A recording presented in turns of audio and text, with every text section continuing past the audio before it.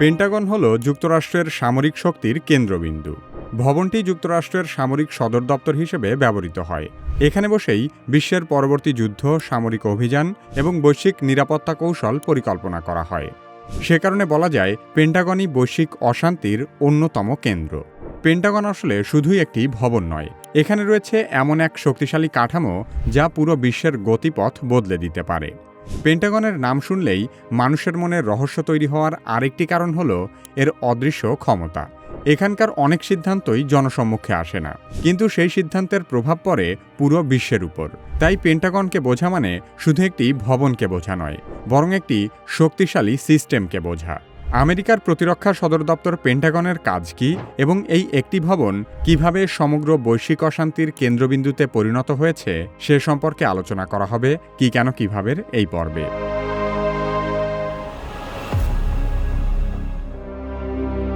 যুক্তরাষ্ট্রের রাজধানী ওয়াশিংটন ডিসির পাশে ভার্জিনিয়া অঙ্গরাজ্যের আর্লিংটনে পেন্টাগনের অবস্থান।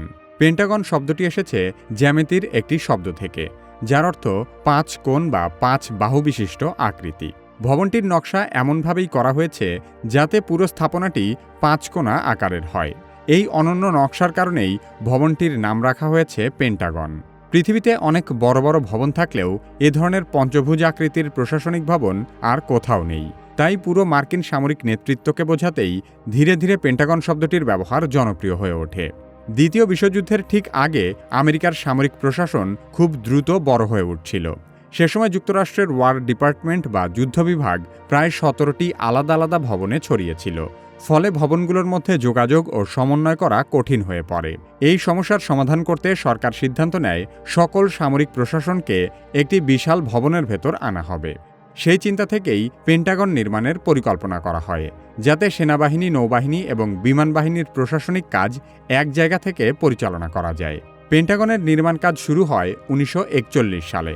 আশ্চর্যের বিষয় হলো এত বিশাল একটি ভবন মাত্র 16 মাসের মধ্যেই তৈরি করা হয়েছিল।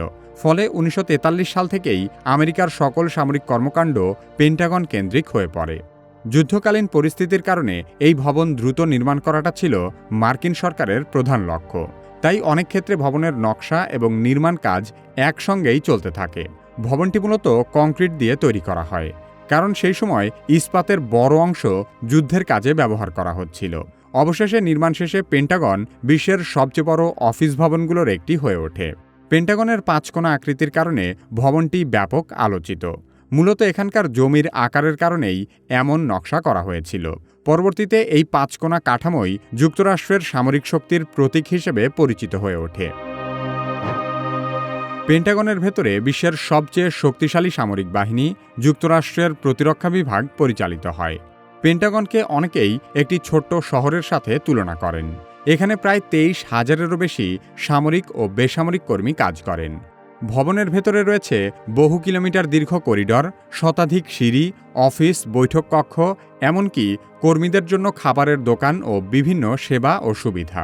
এত বড় অবকাঠামোর কারণে এটি শুধু একটি অফিস ভবন নয়, একটি বিশাল প্রশাসনিক কেন্দ্র হিসেবেই কাজ করে। এই ভবনে কাজ করা হাজার হাজার কর্মকর্তারা সামরিক কৌশল নির্ধারণ, গোয়েন্দা তথ্য বিশ্লেষণ এবং ভবিষ্যৎ সামরিক পরিকল্পনা তৈরির মতো স্পর্শকাতর বিষয়ের সাথে জড়িত। এখানকার প্রতিটি সিদ্ধান্ত অত্যন্ত গুরুত্বপূর্ণ, কারণ এই সিদ্ধান্তের প্রভাব পড়ে শুধু আমেরিকার উপর নয়, বরং পুরো বিশ্বের উপর। বিশ্বের বিভিন্ন অঞ্চলে মার্কিন সামরিক উপস্থিতি বজায় রাখা, নৌবহর মোতায়েন, সামরিক ঘাঁটি পরিচালনা করার মতো বিভিন্ন স্পর্শকাতর পরিকল্পনা পেন্টাগন থেকেই আসে। একদিকে পেন্টাগন নিজেকে বিশ্ব নিরাপত্তার রক্ষক হিসেবে উপস্থাপন করে, অন্যদিকে পেন্টাগনের কার্যক্রমের কারণেই বিশ্বের বহু দেশের সার্বভৌমত্ব হুমকির মুখে পড়ে। আমেরিকার যুদ্ধনীতি গ্রহণ এবং যুদ্ধ বাস্তবায়নের বেশ কিছু ধাপ থাকে। সেই প্রক্রিয়ায় পেন্টাগন হল সর্বশেষ হাতিয়ার। মার্কিন এই ব্যবস্থায় সবার উপরে থাকে হোয়াইট হাউস বা প্রেসিডেন্ট, এরপর পার্লামেন্ট বা কংগ্রেস, তারপর তাদের গোয়েন্দা সংস্থা সিআইএ এবং সবশেষে পেন্টাগন। হোয়াইট হাউস থেকে মার্কিন প্রেসিডেন্ট যুদ্ধের সিদ্ধান্ত দেওয়ার পর মার্কিন কংগ্রেস যুদ্ধ অনুমোদন এবং সামরিক বাজেট পাশ করে, আর সিআইএ গোয়েন্দা তথ্য সরবরাহ করে যুদ্ধের বাস্তবতা তুলে ধরে। এই পুরো কাঠামোর মধ্যে পেন্টাগনের কাজ হল রাজনৈতিক এবং গোয়েন্দা সিদ্ধান্তগুলোকে সামরিকভাবে বাস্তবায়ন করা। তার মানে পেন্টাগন হলো আমেরিকার যুদ্ধ করার মেশিন। পেন্টাগনকে অনেকেই শুধু যুদ্ধ বা আগ্রাসনের প্রতীক হিসেবে দেখলেও মার্কিন সমর্থকেরা একে প্রতিরক্ষা অবকাঠামো হিসেবেই বেশি প্রচার করে। কারণ ন্যাটোর মতো জোটের মাধ্যমে পেন্টাগন তাদের ডেটারেন্স থিওরি বা প্রতিরোধ তত্ত্ব বাস্তবায়ন করে। এর মূল বক্তব্য হল শক্তিশালী সামরিক সক্ষমতা দেখিয়ে শত্রুকে আগে থেকেই নিরুৎসাহিত করা, যাতে যুদ্ধ শুরুই না হয়। এই দৃষ্টিকোণ থেকে পশ্চিমারা পেন্টাগনকে যুদ্ধ শুরু করার জায়গা নয়, বরং যুদ্ধ ঠেকানোর একটি মাধ্যম হিসেবে বিবেচনা করে। তবে সত্যিকার অর্থে যুদ্ধের নীলনকশা বাস্তবায়ন প্রক্রিয়ার সবচেয়ে গুরুত্বপূর্ণ অংশ হওয়ার কারণে পেন্টাগন ছাড়া আমেরিকার বৈশ্বিক আগ্রাসন এবং যুদ্ধ বাস্তবায়ন করা সম্ভব হতো না। বিশ্বের কোনো যুদ্ধই হঠাৎ করে শুরু হয় না। এর পেছনে থাকে দীর্ঘ পরিকল্পনা, প্রচারণা এবং রাজনৈতিক প্রস্তুতি। এই পুরো প্রক্রিয়ার একটি গুরুত্বপূর্ণ অংশ হল ন্যারেটিভ বা যুদ্ধের বয়ান তৈরি করা।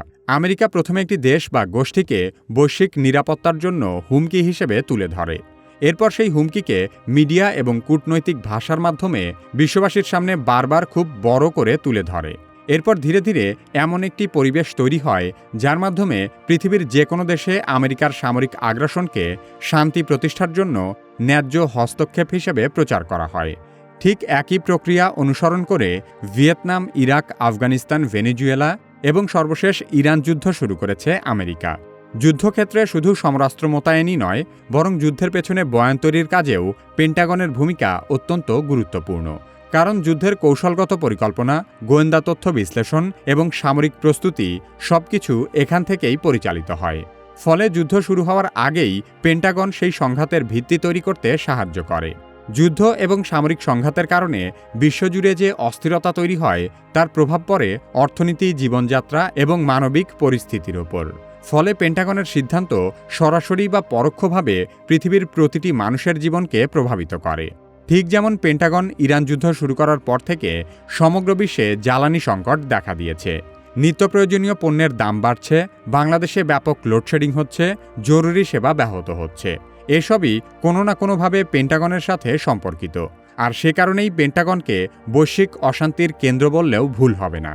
বর্তমান পরিবর্তিত যুদ্ধ পরিস্থিতিতে ব্যাপক প্রযুক্তির ব্যবহার, সাইবার যুদ্ধ কিংবা কৃত্রিম বুদ্ধিমত্তার মতো সবকিছু পেন্টাগন তাদের পরিকল্পনার মধ্যে নিয়ে আসছে।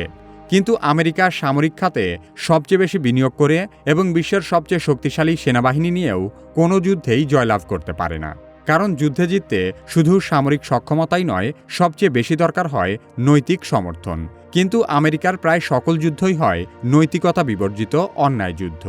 যার কারণে অতীতে ভিয়েতনাম, ইরাক কিংবা আফগানিস্তানের মতো দীর্ঘমেয়াদী যুদ্ধে বিপুল অর্থ ব্যয় এবং ব্যাপক সামরিক অভিযান চালিয়েও শেষ পর্যন্ত আমেরিকাকে লেজ গুটিয়ে পালাতে হয়েছে। সাম্প্রতিক সময়ের ইরান যুদ্ধও আমেরিকার জন্য একটি মারাত্মক ব্যর্থতা হিসেবেই দেখা হচ্ছে। যুক্তরাষ্ট্র বিশ্বের ১ নম্বর সামরিক শক্তিধর দেশ হয়েও কেন কোনো যুদ্ধে জিততে পারে না সে সম্পর্কে জানতে চাইলে কিভাবে এই ভিডিওটি দেখতে পারেন। বর্তমান সময়ে এআই না শিখলে আপনি নিশ্চিতভাবেই পিছিয়ে পড়বেন। যারা নিজে নিজে এআই এর ব্যবহার শুরু করতে ভয় পাচ্ছেন, তারা কিভাবে একাডেমির এআই দক্ষতা কোর্সে ভর্তি হতে পারেন। ভিডিও ডেসক্রিপশন ও পিন কমেন্টে কোর্সের লিংক দেওয়া আছে।